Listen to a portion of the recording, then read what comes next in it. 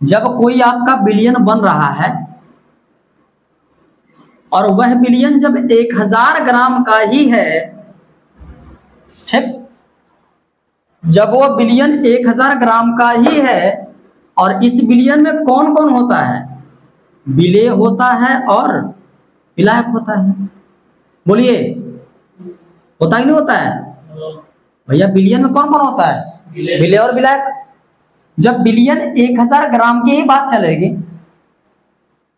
या 1000 ml की बात चलेगी, जिसमें आपको विलायक पहले ही बोल दिया है कि 1000 ग्राम है,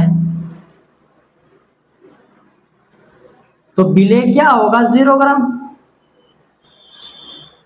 सही बात है। तो पूरे 1000 में से 1000 तो विलायक ही हो गया, तो विलेय की मात्रा कहां आई? नहीं ना आई। तो बताइए, जो द्रव्यमान हमारा निकल के आया बिलियन का द्रव्यमान, ठीक है, बिलियन का द्रव्यमान कितना आया? पूरे टोटल 1000 ग्राम में टोटल आपका विलायक 1000 ग्राम है। ग्राम से ग्राम, 1000 से 1000, तो कितनी बार में? एक बार में। एक बार में कटा ना? बोलिए, एक बार में कटा कि नहीं कटा? और इसका मात्रा क्या होता है? द्रव्यमान का केजी होता है। बिलियन का द्रव्यमान किसमें होगा? 1 केजी। सही बात है। अच्छा, अब आगे देखिए, एक से एक पूरा कट गया, कोई बात नहीं। यदि 1000 ग्राम विलायक में 18 ग्राम ग्लूकोज है, ठीक, तो भैया ग्लूकोज की मात्रा कितनी है ये समझिए पहले। ग्लूकोज की मात्रा यानी भार, वो कितना है? 18 ग्राम। सही बात है। अब इसका निकाल लेते हैं मोलर द्रव्यमान या अणु भार। ये तो पता है कि ग्लूकोज जो है 18 ग्राम घोला गया है ना। अब निकालते हैं ग्लूकोज का मोलर द्रव्यमान। मोलर द्रव्यमान का मतलब क्या निकलेगा? अब वहां पे मोलर द्रव्यमान मतलब द्रव्यमान निकल रहा है, यानी अणु भार, या इसको क्या बोल सकते हैं? अणु भार। आपके सामने ग्लूकोज का सूत्र C6H12O12 की 6O6 होता है, ठीक है, 12 नहीं होगा, C6H12O6 है, ठीक। समझिए इस बात को। कार्बन का द्रव्यमान कितना होता है? 12 होता है। तो 12 छंग 72, 12 छंग 72 प्लस एक हाइड्रोजन का द्रव्यमान कितना होता है? 1 होता है। एक पर 12, एक पर 12 टोटल, प्लस एक ऑक्सीजन का 16 और 16 छक्का 96, ठीक।